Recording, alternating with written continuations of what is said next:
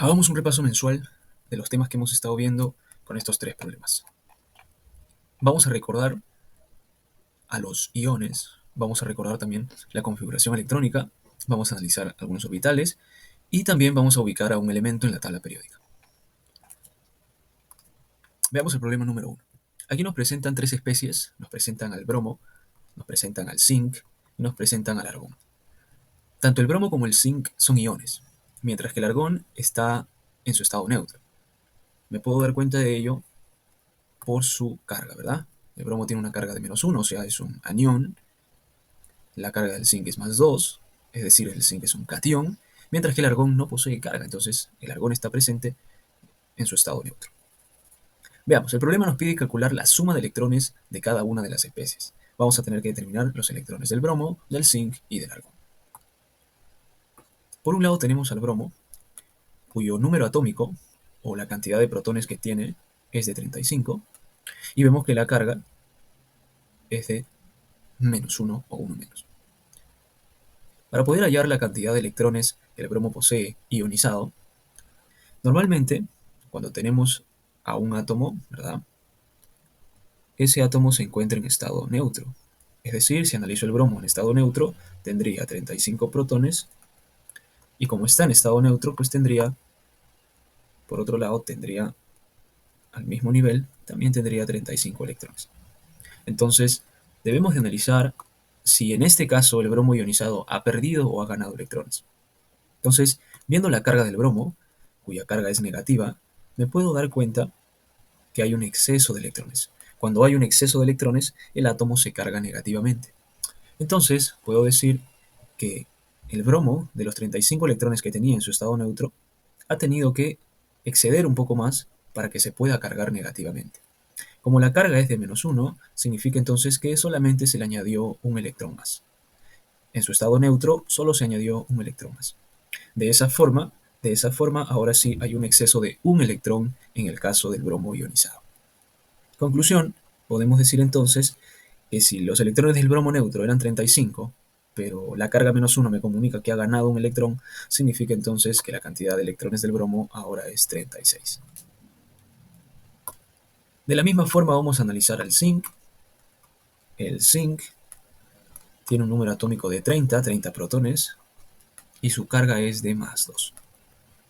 De la misma forma, el zinc en su estado neutro pues tendría 30 protones, y de igual forma la cantidad de electrones que tendría en su estado neutro pues sería el mismo, ¿no? También sería 30. Sin embargo, está ionizado con una carga de +2. En cambio, en el +2 me comunica que ha perdido electrones. Y pues va a tener que perder, al momento de perder, hagámoslo perder, ahí está. Cuando hacemos que un elemento pierda electrones, va a reducir la cantidad de electrones, y es donde se va a ver, el exceso de protones. Esta parte va a ser el exceso de protones. Este +2 me comunica ese exceso, o sea, me está comunicando que hay un exceso de 2 protones. Eso quiere decir entonces que la cantidad de electrones ya no es 30, sino más bien pues se ha reducido en 2. Es decir, que hay 28 electrones. Finalmente, el argón tiene 18 protones y no tiene carga. Por lo tanto, podemos decir rápidamente que la cantidad de electrones que tiene el argón pues, va a ser de 18 electrones, no va a coincidir con los protones. Finalmente nos piden la sumatoria de los electrones. Entonces tenemos 36 más 28 más 18, y esa sumatoria pues va a ser igual a... La sumatoria sería 82 electrones. Pasemos a los otros dos problemas. En el problema número 2 y en el 3 vamos a tener que hacer la configuración electrónica de los elementos para poder determinar algunas cosas que nos van a pedir. Por ejemplo, en la número 2 nos piden determinar los orbitales llenos y semillenos que tenga el átomo de potasio. Y nos dicen que su número atómico es 19. Recordemos que para hacer la configuración electrónica de cualquier elemento, los subniveles están ordenados de menor a mayor energía relativa. Hay muchos principios que lo mencionamos en clase, y vamos a utilizar la forma práctica, ¿no?, para poder recordar y plasmar la configuración electrónica de forma ordenada. Y la estrategia que habíamos visto en clase era la siguiente.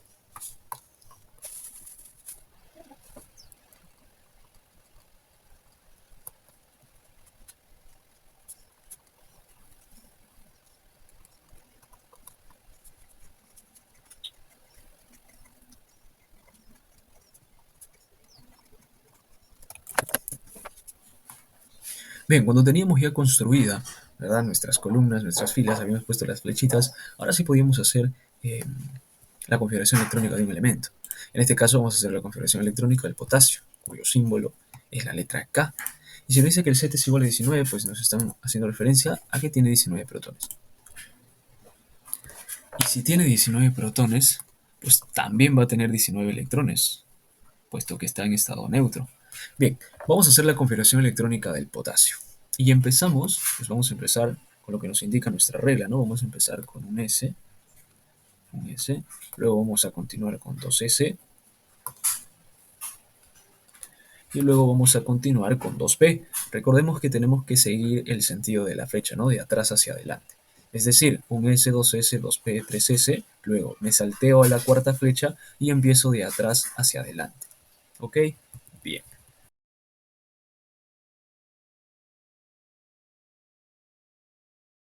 Y me detengo ahí porque quiero ver si ya completé los 19, ¿no?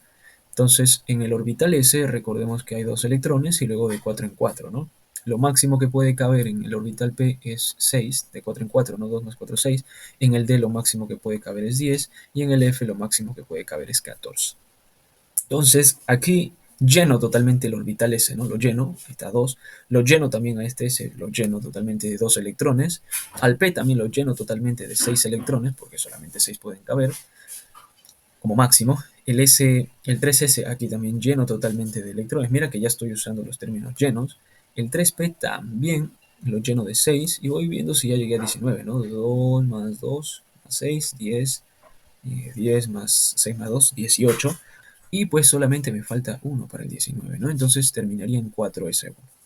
En el S como máximo caben 2, así que es totalmente válido colocar 1, ¿no? O sea, quiere decir que el orbital S no se ha llenado, ¿verdad? Por completo. Bien, veamos entonces cuántos orbitales llenos y semillenos hay. Si analizamos el primer orbital, decimos que está totalmente lleno, ¿no? Ahí está, tenemos lleno. Lo mismo para el 2S2, también está totalmente lleno, pues el orbital S está en su máximo, está en su máxima cantidad de electrones, también está lleno. En el 2P, de la misma forma, el P, hay 3 orbitales en el P, ¿verdad? Cuando hablamos del orbital P, como caben 6 y en cada orbital caben 2, significa entonces que en el P hay 3 orbitales, ¿verdad? Acá están 1, 2, 3, 4, 5, 6. O sea, hay 3 llenos. Un lleno, 2, 3. Hay 3 llenos aquí. Entonces aquí hay uno, acá hay uno. Y en cambio aquí hay 3 llenos. Cuando pasamos al 3S2, bueno, en el S solo hay un orbital, así que decimos que aquí hay un lleno, porque cumplió, ¿no? Llegó hasta el 2. De la misma forma en el 3P6, también en el P, recuerden que hay 3 orbitales, por lo tanto decimos que hay 3 llenos.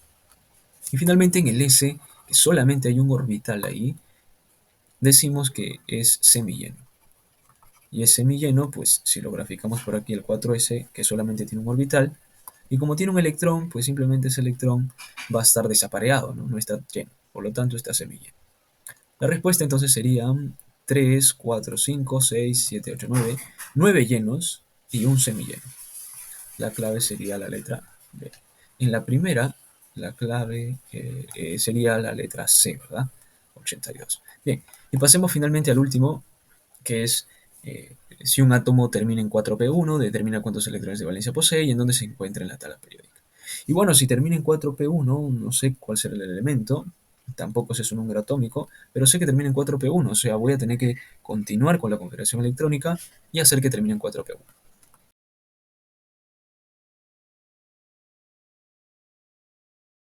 Listo, entonces ya completé mi configuración electrónica.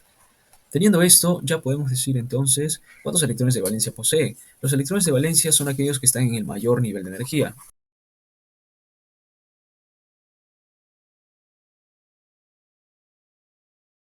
Eso significa entonces que sus electrones de valencia es igual a 2 más 1, ¿no? O sea, 3. Finalmente me piden ubicarlo en la tabla periódica. Y bueno, como el mayor nivel es 4, entonces está en el cuarto periodo, ¿verdad? Está en el cuarto periodo.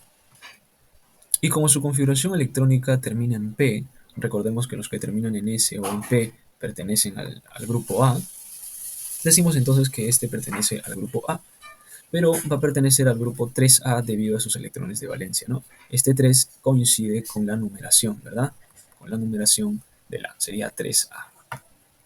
Y nos estamos refiriendo al elemento, a ver, 10, 20, 30, 31. Tiene un número atómico de 31, ¿no? Estoy sumando todo, ¿no? Estoy sumando todos sus electrones y coincide con sus protones, así que tiene 31 protones. Y esto coincide con el elemento galio, ¿verdad? Si se fijan en su tabla periódica, cuarto periodo, 3A, el galio.